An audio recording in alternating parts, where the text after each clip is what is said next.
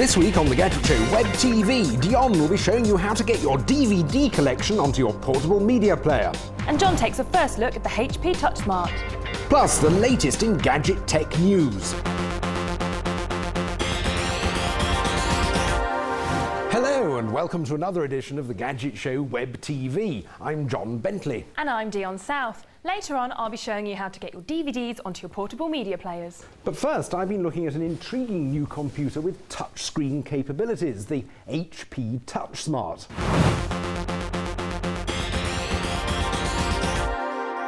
It's rare to come across a desktop PC that you actually want to own, that inspires a bit of product lust. But that's exactly the sort of experience I've had over the last few days with this HP Touchsmart iQ500. It's basically an all-in-one PC. The 22-inch screen, the rather good-sounding stereo speakers, the 500 gigabytes worth of hard drive, the dual-core processors, the Bluetooth and wireless facilities, the webcam, they're all in this one box. Only the peripherals are separate. There's an excellent Bluetooth keyboard, wireless mouse and remote control for Windows Media Center. It looks rather like a big picture frame, and you can tilt it for an angle of 10 to 45 degrees using this adjustable stand at the back. There's only one mains lead running from it, which is convenient, and it's also very quiet. All the main controls and sockets and so forth are actually situated around the edge of the frame. There's a card reader there, FireWire, volume control. Around here we've got a couple of USB sockets, a headphone socket, and this adjustable light here, which comes out underneath the unit to illuminate your keyboard if you're using your computer in the dark, which is very, very considerate. Also, right round the back, there's even more USB sockets and so forth, and an aerial input, because there's also a digital and analog tuner in here. Now, the 22-inch screen is really very good indeed. It's got excellent definition, 1680 by 1050 pixels. The colours are bright and strong, and there it's got a glossy finish. You're not really troubled by reflections very much. It's called a Touchsmart, and the screen is indeed a touch screen. But strangely, that's not a particularly winning feature of the computer. It is nice to whiz about, so you can go between different applications from here at the bottom with your finger, which is handy, although once you get into it you find your fingers are just a bit too large for most of the Windows icons. I mean, you can use it in word processing to select text and move it about, but you tend to find yourself reaching for the keyboard and the mouse as often as not, which is partly why HP have come up with their own interface. You access it by putting your finger on this touch-sensitive zone, and a much cruder sort of interface with bigger icons pops up. You know, you can scroll through things like music and RSS feeds, video. I quite like the photo application. Open that up, it actually displays all the photos in your library and you can perform simple edits on them. Open it like that and do crops, for example. Let's do this one. Let's make it look a bit better. Crop. And there we are. And to get back to the Windows interface, you go through Home here, and then back to Windows. Ooh, great fun, really. I'd actually quite like one of these. There's probably only one thing that puts me off. It is very expensive, and it doesn't have a Blu-ray drive, incidentally, although it has a normal DVD player, and it's actually a bit slow. The processor's fast enough, but the graphics abilities aren't particularly good, and you are paying a lot of money. However, HP are coming up with new versions of this later in the year with faster graphics cards and with bigger screens. Maybe I'll be tempted by one of those.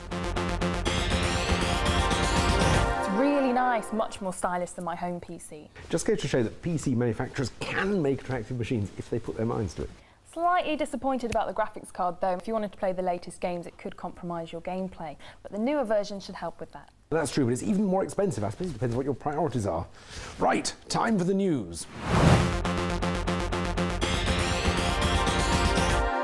First up, BT have announced the places that are going to receive its high-speed broadband trial next year. They are Muswell Hill in London and Whitchurch in South Wales, and that's going to be at speeds of up to 40 megabits.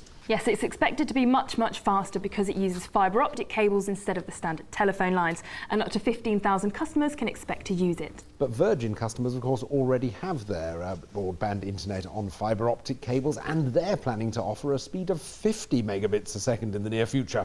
I feel a battle coming on. Speaking of battles, Play.com is going head-to-head with iTunes by releasing DRM-free music, and they'll be offering over 3 million songs without that nasty digital rights management encryption. And they're undercutting iTunes when it comes to cost as well, because their singles price at 65p each, compared with iTunes 79p. And it's not just the old stuff either, they've also got all the top 100 singles there as well. Yes, and the albums start from $4.99, which is substantially cheaper than iTunes. So with 7 Digital going DRM-free the other week, and now Play.com as well with their Play Digital service, it means the music industry may at last be getting the message. We don't want horrible DRM on our music tracks.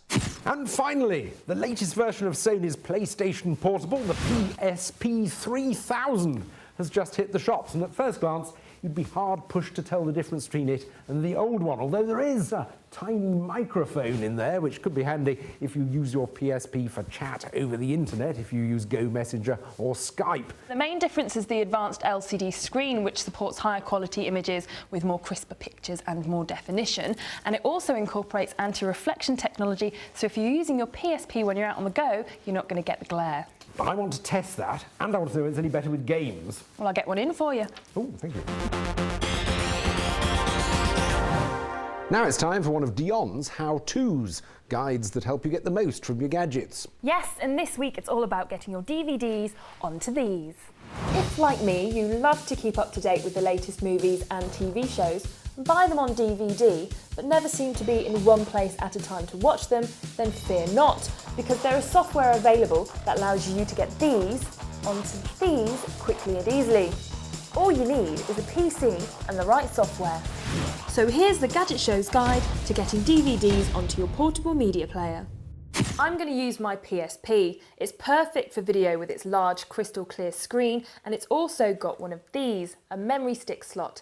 You can now buy duo memory cards up to 16 gigabytes, which is more than enough space to store your movies, TV shows, and of course that all-important saved game data.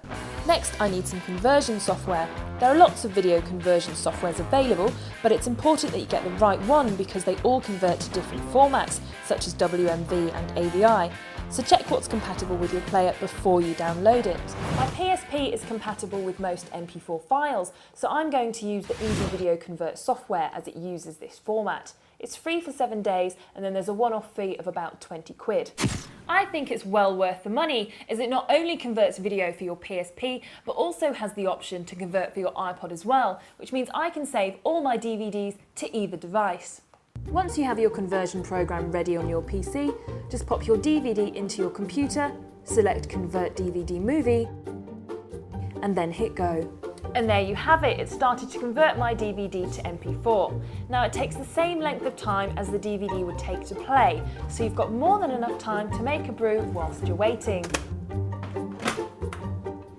When it's finished, the file will be saved onto your computer.